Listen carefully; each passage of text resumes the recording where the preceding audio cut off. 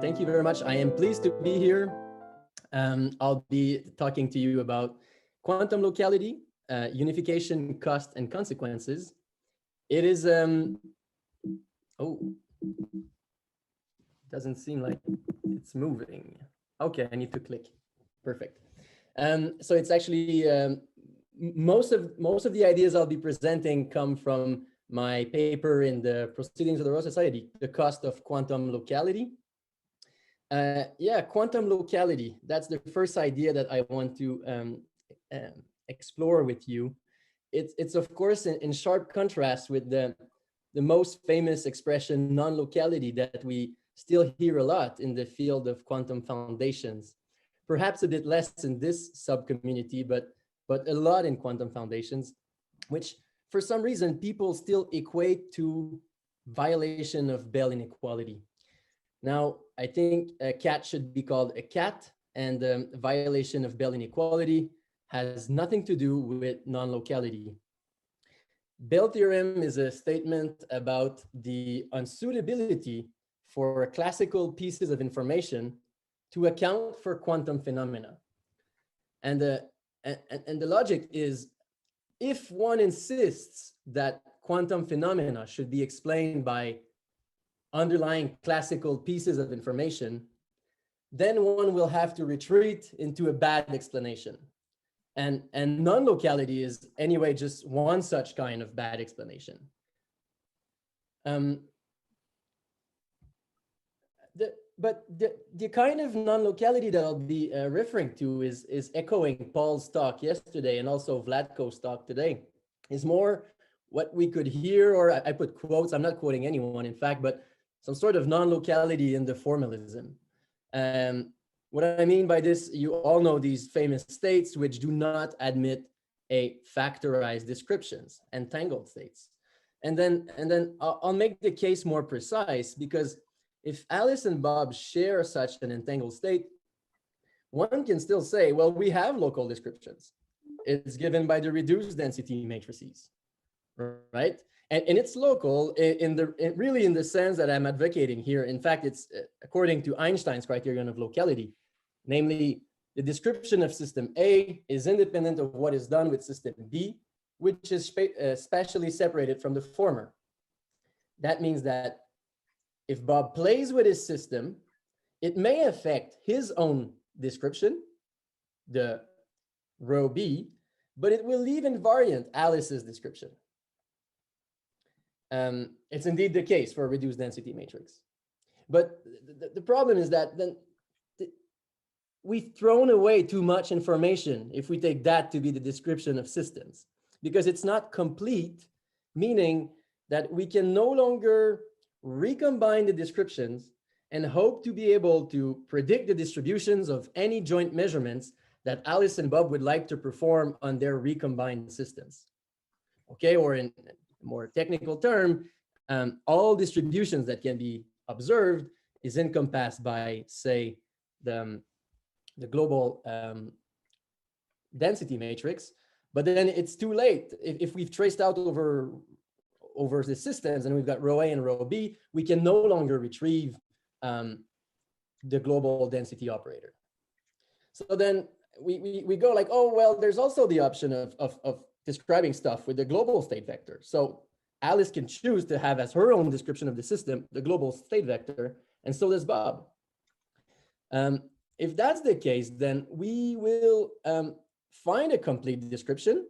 Of course, they can put their descriptions together. They gain nothing by putting it together. They already had it.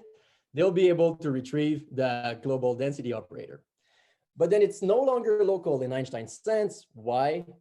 Because if Bob happens to play with his qubit, then he will affect his own description, no problem. But the problem is that he's also affecting Alice's description, and it seems to be like there's a non-local effect. Again, if we take that both Alice and Bob choose to describe their individual system by the global state vector.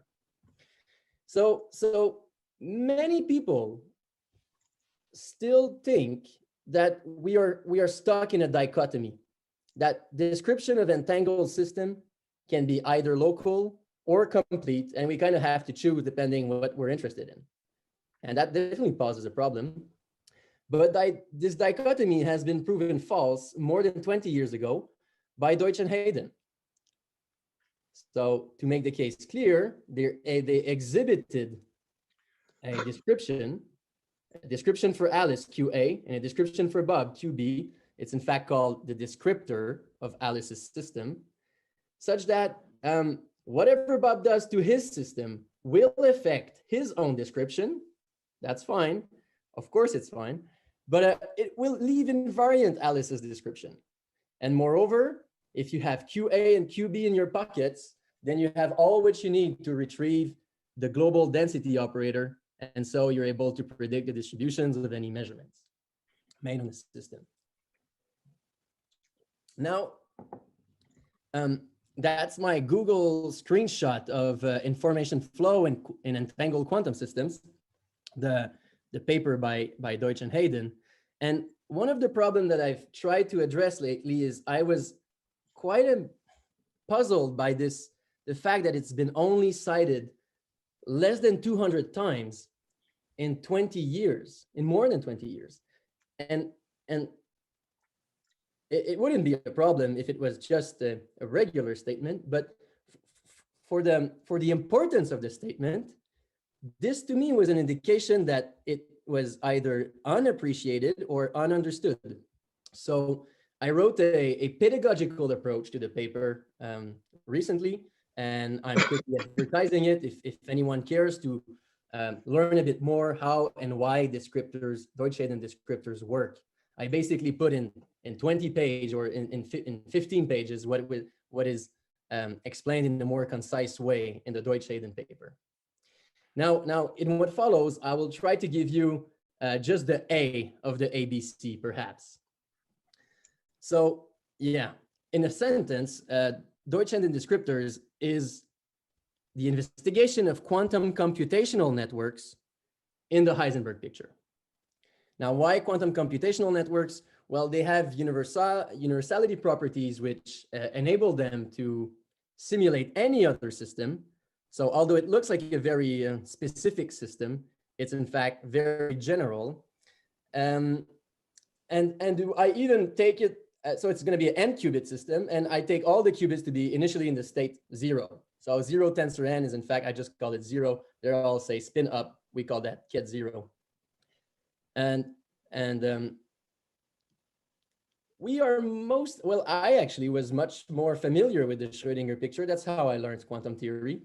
And in the Schrödinger picture, so we have this initial state, ket 0, the unitary evolution that describes the dynamics of the network will act this way on the state, and that gives us the state at time t, psi of t. And if later on we're interested in computing stuff like expectation values of some observables, or what's the probability of measurement outcome 17, whatever, we will end up doing such a calculation, a sandwich-like calculation. But in the Schrödinger picture, that's the object that describes the theory, essentially. And then we're equipped to later on compute those expectation values. In the Heisenberg picture, well, the idea is just that the evolution operators act on the observables. And so the observable is going to be evolved to, I denote it O of t. It now depends on time because the unitary operator here describes the dynamic between time 0 and time t. Now, in the Heisenberg picture, at first sight, we seem to be in an awkward stance because it doesn't have the property of the Schrödinger. It seems not to have the property of the Schrödinger picture that we don't need to know in advance which observable we care to measure or to compute its expectation value. You know, in the Schrödinger picture, we evolve psi of t, and if ever at one point we're like, oh, I'd like to know the expectation value of such an observable, we then do the sandwich calculation. Whereas here, it seems like I need to know right at the beginning which observable am I going to be interested in.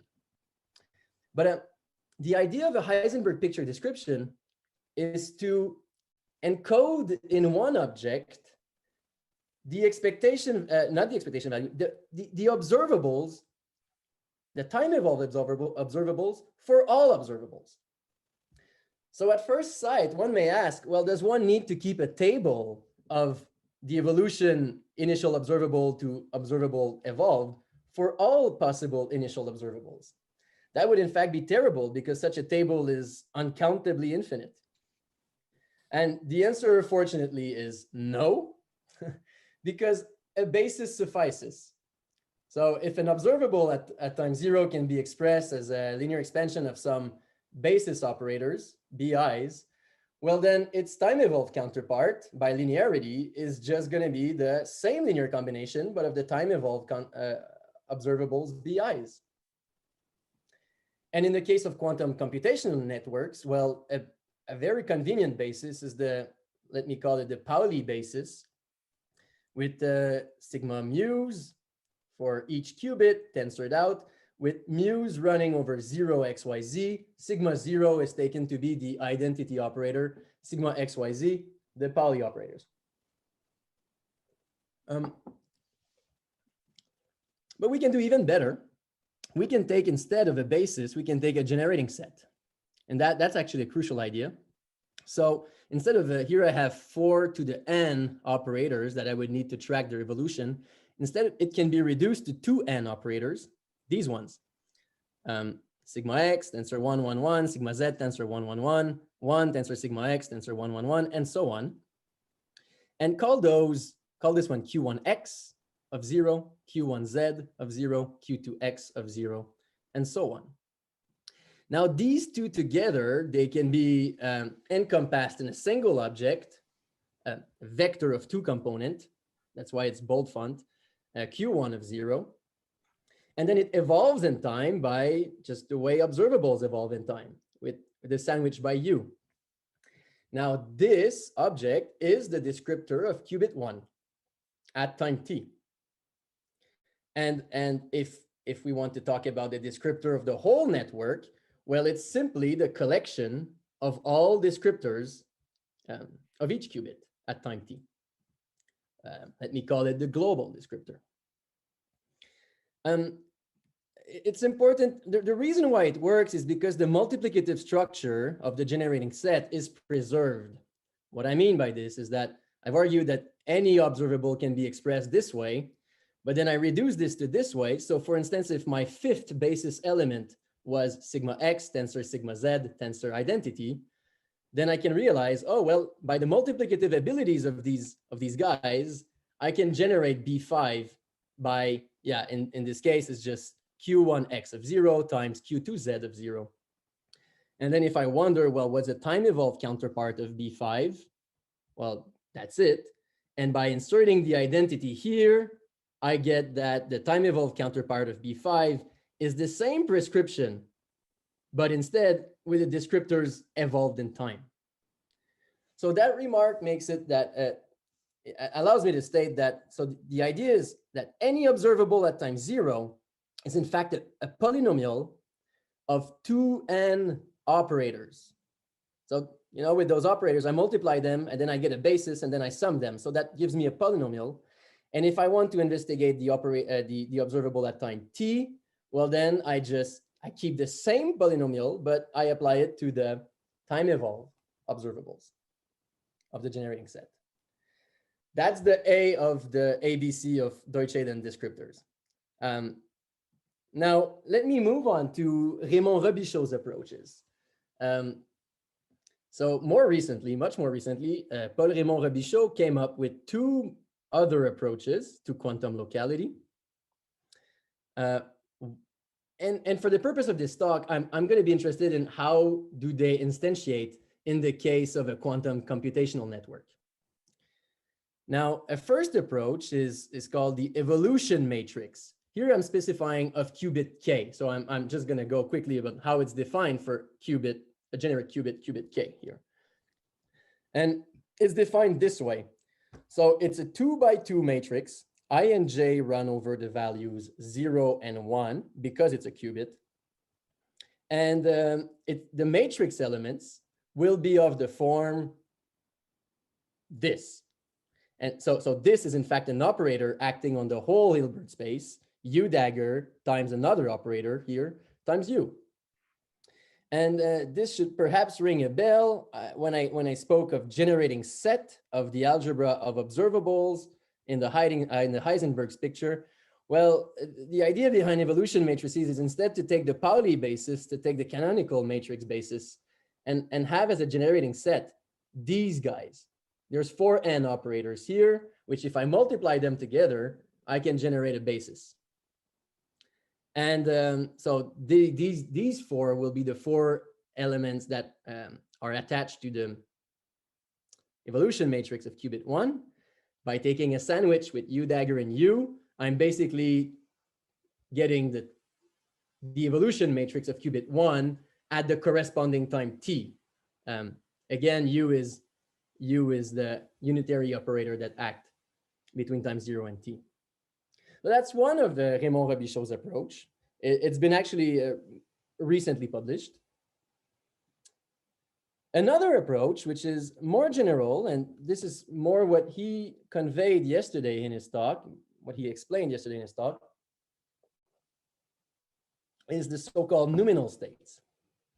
Now, I should stress that the framework in which Paul casts numinal states is more general than quantum theory. It actually applies to any operational theories whose operations form a group. Quantum theory is one of them, and I'm interested in the quantum version of this. Now, how are numinal states defined for qubit k? So again, the whole system I'm considering is n qubits. Let's see what's the numinal state of qubit k. Well, the notation is insightful because it actually really is an equivalence class. It's defined as the unitary operator that the system has undergone up to unitary operations that do not causally concern qubit k. And so let me diagrammatically, if that's correct, write this as this object here. It's the unitary operator up to, what's this? Okay, up to what do not causally concern it. And so I titled that part of my talk quantum locality, and then one might wonder, well, Charles, you just told us 3 different ways of describing quantum locality. And so this is where I'm coming to unification, because I showed that these 3 apparently different approaches are in fact all equivalent to one another. In the sense that there exists a one-to-one mapping between each object. A descriptor of qubit k at time t defines a unique evolution matrix, which defines also a unique numinal state of the qubit. Now, this equivalence is quite straightforward. I almost did the job by arguing so far. They differ by an operator basis. Now, one may say, well, here there's just 2 components, while here there's 4 components.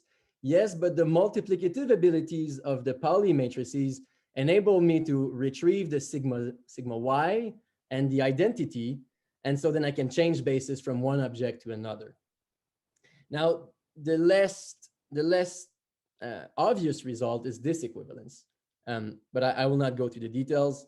Have a look at the paper if you're interested. Because in fact, you need to understand also the B's and the C's of the Deutsch and Hayden descriptors.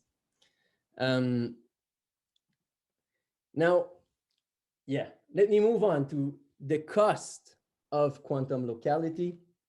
This was a puzzle that kind of attracted my interest during my doctoral thesis. I discovered those approaches to purely local quantum theory. And then I was like, well, it seems like the objects involved are mathematically big. Like they contain a lot of information. And so I'm going to state the results. And again, we consider an n-qubit network. I'm just repeating the same setting. And as a measure of cost or how mathematically big they are, I investigated the space dimensionality of the space in which the objects are described, or in other terms, just the number of degrees of freedom of the corresponding mode of description. So just as a warm-up, what I mean here, if I were to ask, what's the space dimensionality of the density matrix of a single qubit? Well, it's 3. There's 3 degrees of freedom that needs to be specified to specify uniquely the density matrix of a qubit. That's well known from the block sphere representation. And now another easy one that I assume most of you are aware of. What's the space dimensionality of the global wave function? In which space does this guy live? Well, how many degrees of freedom does it have? I need to specify 2 to the n amplitudes, each of which being complex numbers. So they contribute to 2 real numbers. That's 2 to the n plus 1 then. Minus the global phase, minus the normalization. And we have a space dimensionality of that for the global wave function. And now my puzzle was, well, what's the space dimensionality of the descriptor of a single qubit? How many real numbers are needed to specify uniquely the descriptor of a single qubit? And the answer I found was this: 3/4 times 2 to the 2n. So more than they are real numbers in the global wave function. And then I will come back to this. But just to finish the results, one may get feared that the global descriptor then is even much bigger. Well, it happens that it's not so much bigger. It's just 2 to the n minus 1 parameters to be described. So how do we prove this? In fact, showing the equivalence between numinal states and descriptors was a way for me to tackle this problem. So after showing this equivalence, then it means that descriptor of qubit k at time t is the same as the equivalence class defining the numinal state. Now that's a unitary operator up to some other unitary operators. Well, then the space of descriptor of a qubit in a network is then given by, I'm just repeating myself, a unitary operator up to another unitary operator which acts on n minus 1 qubits this time. Well, this u is there for the Lie group. You know, it's the Lie group, u 2 to the n. Unitary operations on the Hilbert space of dimension 2 to the n. And you take a quotient with his little cousin, another Lie group. Since this guy is a compact Lie group, and that's a closed subset of it, the quotient manifold theorem applies. What does that mean essentially is that a Lie group is a group endowed with a differentiable manifold structure. When you quotient them, it loses its group structure, but it keeps the differentiable manifold structure. So it's well defined to be speaking of the dimension of this object in differential geometry, say. And that's given by the difference of the dimensions of the object involved in the quotients. And now a Lie group, the unitaries over 2 to the n has dimension squared of that. I'll leave you that to figure it out. You can just count the constraints and how we define a unitary matrix of the right size. And so the difference gives us 3/4 2 times 2 power 2 to the 2n. No, 2 power 2n. Very similarly, we can approach the problem for the global descriptors and get that the space dimensionality is this. Again, by the identification of the global descriptor with the global numinal state. Now, what's a global numinal state? It's a unitary evolution up to transformations that do not causally concern, this time not qubit k, but all the qubits, all the system. So that is just up to a phase. So it's basically u up to a phase. And so the space of global the descriptors is given by this, which simply, when we compute its dimension, we get that.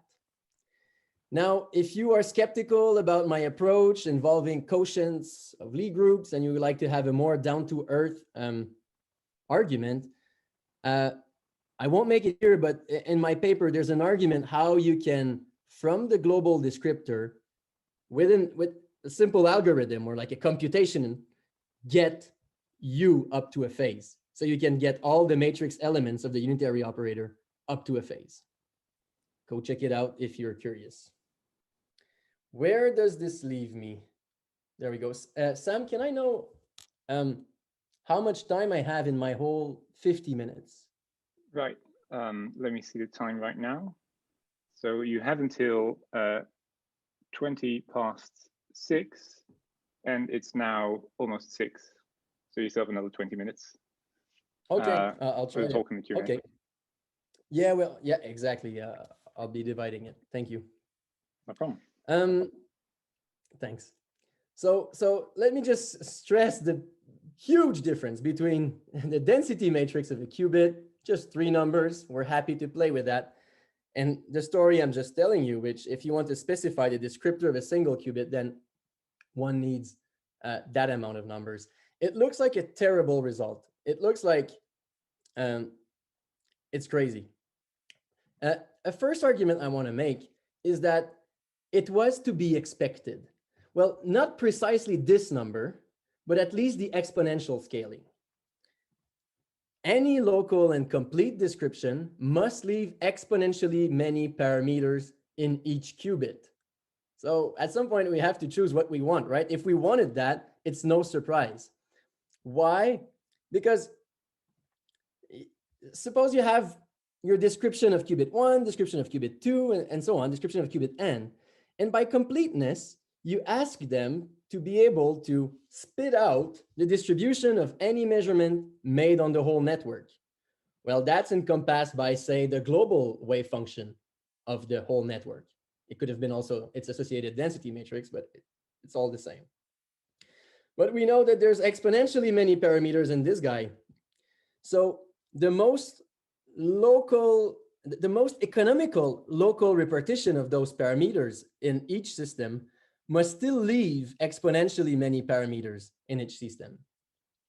So I guess we should not be go monster under the bed about this, and instead we should find it interesting. There's one thought that I'd like to share is, if we consider the multiverse, then we have to be aware that whenever we write down, oh, my qubit is in the wave function alpha 0 plus beta 1, well, it's a lie. What I mean by this is that when we do that, we're kind of supposing that the qubit we've just prepared is completely unentangled from the rest of the multiverse.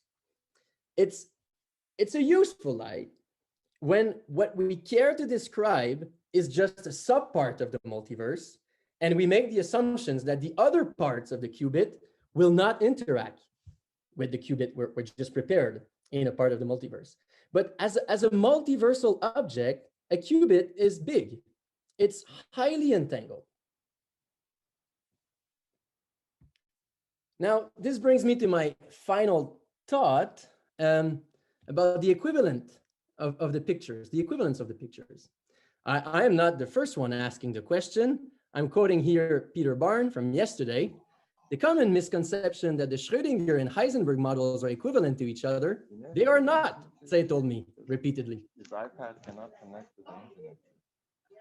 I hear some sound. So, yes, Is it the same for everyone? So let's say watching movies and stuff on it before. Are they already downloaded? Yeah, but right now there's no internet connection. Yeah. can we It can mute? be I'm sketchy. trying to, But yeah, I'm we're trying not to getting mute. upgrades till next. There we go. Okay. Muted. Thank you, Sam. Thank you. So I don't know what Zay taught, but the point is that it was a nice wink to Peter's talk here. But there's one way to see this: if we were the instrumentalist's glasses? Well, then the pictures are of course equivalent. What do I mean here is that for an instrumentalist, quantum theory is just a tool to help us make calculations and predictions, but it doesn't say anything about the real world. So if the only thing we're interested here is sandwich-like computations like that, and we don't care what they say about the world, well, of course, we can get the use to act on the state or get the use to act on the observables. And then I'll go to an instrumentalist and I'll say, well, you know, in the Heisenberg picture, there's this cool object which can be separated into local systems. You'll go, well, I don't care. That doesn't mean anything because a theory is just there to make predictions. So I think we should remove those instrumentalist glasses. And there's another approach that I want to be addressing here is if we take a more constrained notion of what the Schrödinger picture is, which I think is still shared among us in our community, namely that all there is the universal wave function. If that's what one takes as a Schrödinger picture, all there is the universal wave function. So that's the description of reality for this constrained version of what the Schrödinger picture is, then we don't have an equivalence. Why? Because the universal wave function can be computed from the universal descriptor, but not vice versa. In fact, I argued that the universal descriptor is the unitary operator up to a phase, and in the right basis, the universal wave function is just a column of the unitary operator. Okay, if we have the Heisenberg state or the initial Schrödinger state, that's how it's computed. It's U acting on 0. But we cannot retrieve the unitary operator from just the state vector. So then that makes quite clear that when we understand, if we want to understand quantum theory in the Schrödinger picture, then, oh, sorry, a little wink with that would be the phenomenal world and the blue pill that Paul was referring to yesterday, whereas this is the numinal world. So coming back to my idea, one should enlarge his vision of what the Schrödinger picture is. And it's not true that all that there is the universal wave function. The dynamics also matters. What that means is that this unitary operator that's responsible for the dynamics should be taken as intrinsically a description of the whole system. Now, I'd like to finish with a Nevretzian thought. Sorry.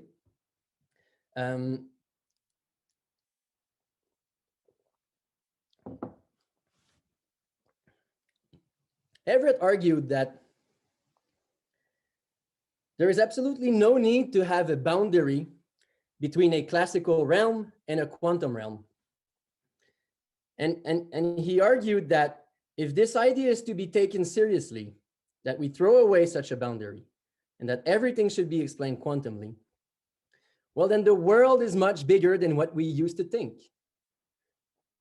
The world is given in Everett's idea, and so far as I have understood them, the world is given as the universal wave function, which exhibits patterns, some of which resembles classical-like worlds.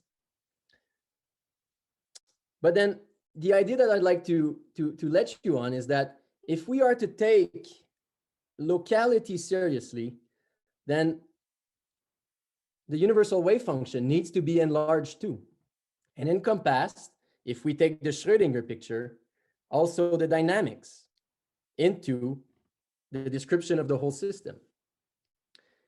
Now, in the Heisenberg picture, the dynamical part is automatically taken care of in this object, which factorizes nicely to describe systems locally. And I would like to end in advocating that also, when viewing quantum phenomena in the lens of descriptors, many phenomena become much clearer. I'm kind of referring here to Vlatko Stock, who explained how phases can be seen to be completely local in the Heisenberg picture, in this way of thinking.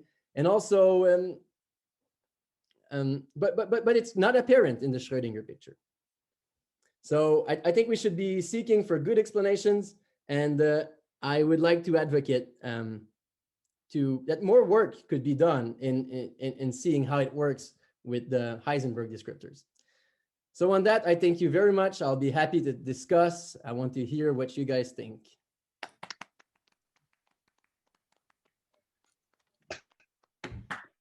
Thanks so much for the talk, Charles. Then now we're moving on to the discussion session, and for which we'll have roughly another 13 minutes, and then there will be a break of 10 minutes before Wallace's talk. And I see that Chris Timpson has his hand raised. Please go ahead and feel free to ask your question. Thanks, Sam. I think Paul might have been first. Right. Okay. So Zoom doesn't give me the chronological order of the hands. In that case, Paul, go ahead. Okay. Well, okay. Thanks, Chris. Look, I'm not quite sure, Charles, how closely this connects with what you're saying, but would you say that if there's a locality, then your absolute elsewhere is full of macroscopic superpositions, because there are all sorts of measurement-like processes going on, which is sort of another way of saying no boundary between the quantum and classical, because macroscopic objects are only in definite states in our light cone in general, whereas in absolute elsewhere, they're, something like the Andromeda Nebula on my simultaneity hyperplane has evolved for 2 million years into this sort of extraordinarily big macroscopic superposition. I'm sorry, Paul. I think for sound issues, I was really trying hard to understand what you said. I understood you mentioned stuff about macroscopic states. Okay. Can you hear me now? Well, that's better. Okay, perhaps I was too far away from the machine. So look, it's the idea, if there's locality, would you accept that in your absolute elsewhere, there are... In my what? Absolute del square? Well, in your, outside your future and past light cones. Sorry, didn't you? Okay. Space-time outside your future and past light cones, there will be massive macroscopic superpositions, because there are all sorts of measurement-like processes going on. And so what I was saying is, could that, connecting with what you're saying about no boundary between a classical and quantum worlds, then there's a sense in which the macroscopic objects are only in definite states within your future and past light cones. And something, as I was saying at the end, something like the Andromeda Nebula, which I see now 2 million years away, on my simultaneity hyperplane now, has undergone 2 million years of evolution into a massive macroscopic superposition. Would you agree with that? I see no link between these claims about locality and any kind of macroscopicity. Oh, all right. All right. Okay. So well, I mean, for a quick possible idea is, if I'm Alice, I've done my measurement, and I'm on one branch, and Bob's at space-like separation is doing measurement. He's gone into a macroscopic superposition for me. Yeah, well, all this is again understanding the story through Schrödinger's state, and we are still very early as to what is the story in the Heisenberg picture formalism. Just this year has been published work on what even is a relative state in the Heisenberg picture. I'm referring here to Sam Kuiper's and Deutsch's paper.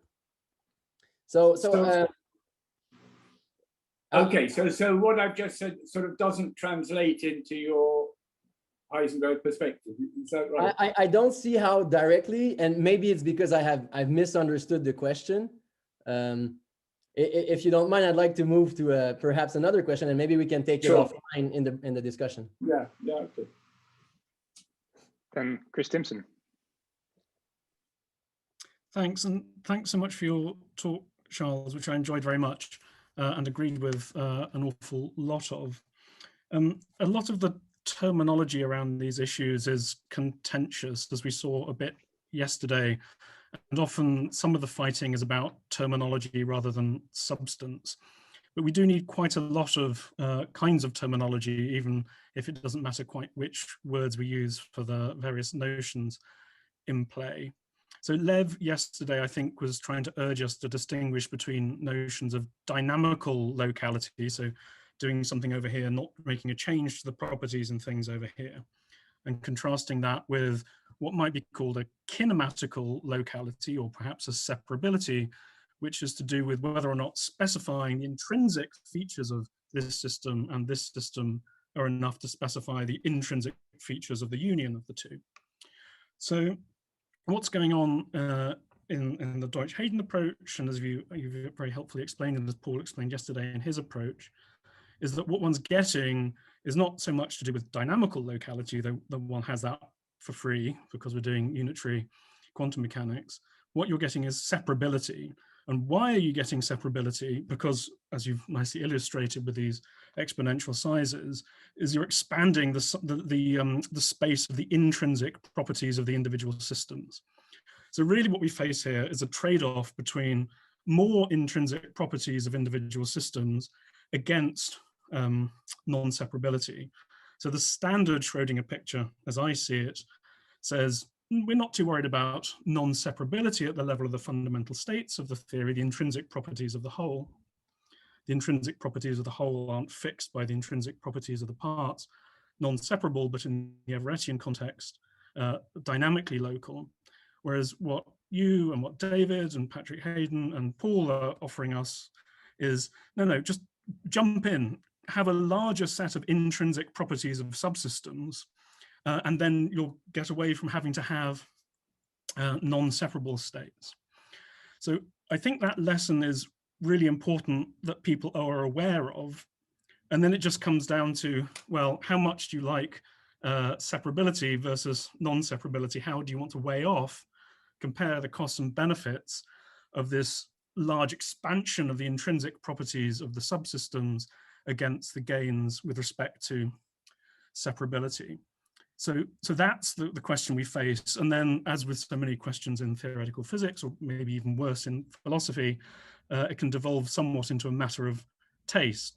So my taste is more along the lines of, I don't see what's so bad about non-separability of states. We can live with that. For me, that's what standard Everettian quantum theory is. I think that's so for Lev as well. I mean, I like the fact that you can do this nice Deutsch Hayden construction. I've been interested in this for a long time, as David Deutsch knows. But I've read your thesis. Yeah. But that's the choice we face. And so the way I try and press, if I'm minded to make a point larger than just this ecumenical one of recognizing that there are these distinct flavors of interpretation that one can go for, and what really do you care about, the way I would try and press the cost, as you put it, it's not just in terms of the exponential size of the state space. It's just another way of phrasing that point, which is that, as I see it, because we have that exponential size of the state space for the intrinsic properties of the system at the larger exponential size, there aren't going to be any, there are always going to be aspects of the actual features of the numinal world, to use Paul's description, that we're never going to be able to determine by any observation that can be done after time zero. So there's a kind of underdetermination worry that enters. Yes. So I know that David Deutsch disagrees with me to some extent on this, but that's, as I see it, is the cost that goes with the exponential size. But really, it's a matter of paying, as always in quantum theory, pay your money and take your choice. How much do you dislike non-separability? How much do you dislike a certain kind of underdetermination in at least the time zero states? That's how I see it. I understand. And I'd say I have two comments. first, as Sam introduced me, I love algorithmic information theory, short programs, Occam's razor. But then, should we then retreat into quantum solipsism and say that, oh, the minimalistic object is just inside my brain? And usually we make mistakes when we go there. I think theory should be weighed by their ability to explain things. And for me, the most striking, actually you contributed on that, if I remember well, in some chapters of your thesis, the explanation of quantum teleportation, when seen in the Heisenberg picture, is so much better. So that itself is an argument for it. And the fact that it needs more parameters, that would also have been an argument against Everett's idea. It says, well, hang on, we don't need all those worlds. Like, I'm just caring about this table here, so let's just make it collapse. It's going to be smaller. That's one comment. Another one I'd like to make right away is, I tend to realize also that there might be a bit of a Bell kind of not fallacy, but property in my measure of cost, as I'm counting the number of numbers, of C numbers. If you watch the way the story it is at the operator level, or as I think Dirac would put Q numbers, then right, the story is not so clear. Like, can we even speak of large objects? Yes. Yeah. Also, the space isn't enlarged. The Hilbert space is always constant. And if you're using a Schrödinger equation, then you're kind of committed to having a unitary, right? Like well, this is the other aspect. So I was talking about intrinsic properties of systems. That's one distinction we need. I forgot to say that, Charles, you're dead right that we need that dynamics matters, but dynamics is not to do with how things are now. Dynamics is to do with how things change over time. So another distinction that philosophers draw is between the occurrent features of systems, how things are right now, versus their modal features, or their historic or future-looking features, how they will be, how they were, how they would otherwise be. So dynamics is to do with the modal and the historical. It's not to do with the intrinsic. So the Deutsch Hayden formulation beautifully, sufficiently enriches the number of intrinsic properties of subsystems. That changes in the intrinsic properties of subsystems encode the dynamics, the modal facts and the historical facts about what the system has been subject to. But we don't need to agree that modal facts and historical facts always need to be represented in the intrinsic or current facts of systems. We might like it if they are, but we don't have to agree that they are. So we don't need to deny the importance of dynamics. We can just put it in its proper place as representing not about how things are currently are, but how they would change to how they are, and how they would have been if they were different, if they'd started with different initial conditions. Charles, I'll give you the opportunity for a brief reply, and then we have to end the session, and we can move to a breakout room where we can discuss here. Yeah, well, let's go to breakout rooms. I think we can discuss there. Yeah, shall I? Okay, in that case, yeah, thank you for the talk again. I ask everyone to join me a final time in thanking Charles, and then I'll end the recording here.